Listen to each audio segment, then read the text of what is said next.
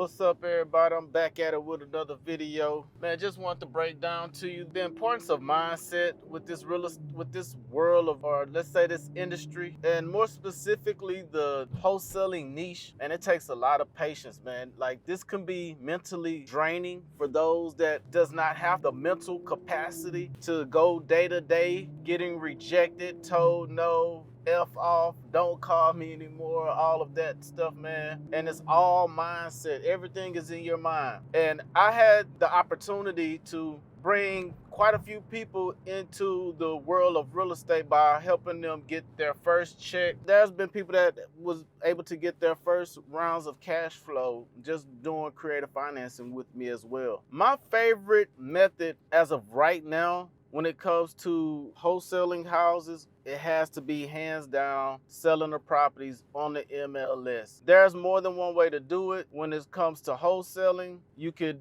wholesale it utilizing creative financing, or you could just wholesale it and just get your assignment. My favorite way is wholesaling it utilizing creative financing. The reason why I would prefer to wholesale utilizing creative financing, because that gives you the opportunity to maximize the potential of the property. Meaning it gives you the opportunity to sometimes receive cash flow. Sometimes it gives you the opportunity to get a down payment and then receive that back end payday. Sometimes just being able to get a property and wholesale it creatively, you have the opportunity to utilize creative financing to get the property under control and do some very, very minor cosmetic touch-up things that probably wouldn't pass an inspection for a traditional house buyer. Those are the best deals because you're getting them at a discount, but they're still somewhat what you would call pretty houses. And when you have pretty houses, let's face it, nothing is beating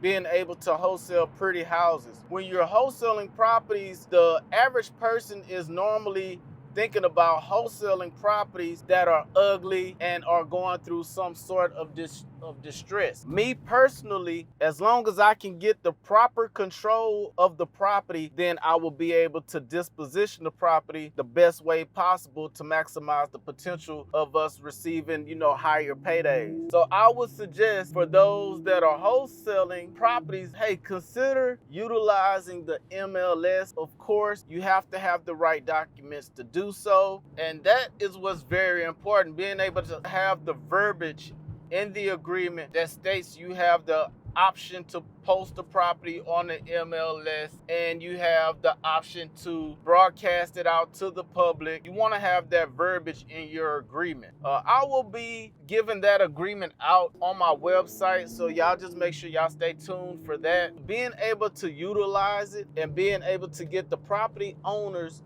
on board is a totally different skill set that is required. So I just want you all to know that having more tools in your toolbox is the name of the game. You want to have as many tools as possible. It basically turns you into Inspector Gadget. You can go gadget wholesale, go gadget wholesale on the MLS, go gadget lease option. Like, I've basically kind of done a little bit of it all when it comes to creative financing. I may not have done every form of creative financing, but of course I've done subject tos, I've done lease options, I've done leases with the option to sublease, I've done option plays, I've done novations. And I was doing novations before I even knew they had a name for it. It was like I was already doing it, then they brought up the name novations. So just want to let you all know that you need to expand your mind when it comes to real estate, because it's all about the questions that you ask. Depending on the questions you ask will be depending on the results that you will be getting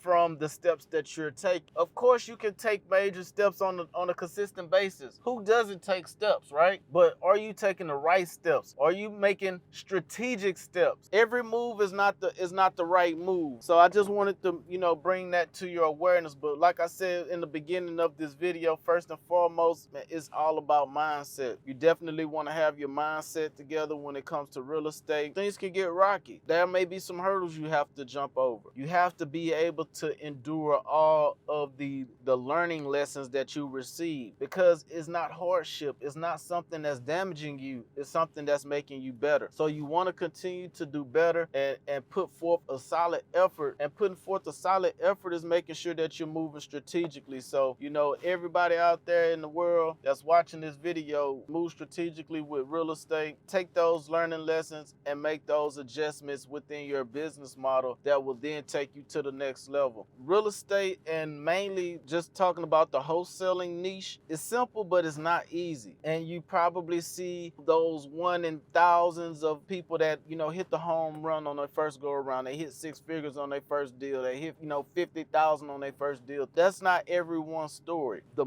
mass majority of people that got into real estate with the entry level of wholesaling, those people usually come in, they make their first, you know, $2,000 to $5,000, or their first $5,000 to $10,000, you know. Now, I've coached people and they've gotten less than me on their first deal, but they still have mentorship, right? Some people have linked up with me and got more on their first deal than I got on my first deal, and they worked with me, right? I just want you to keep in mind that everybody have their own path. So, for example, my first deal was from a memorandum, was like $2,000, but I did not close my first deal first. Okay, while I was dealing with a crazy property owner that didn't have his screws tight, I was still marketing and I had other deals in line. And while I was dealing with this dude, I got a property under contract and sold it in it was about 9 days, while I was under contract with the guy that I had to put the memorandum on. So I closed my 4th deal first, then I closed my 3rd and my 2nd deal second, then I closed the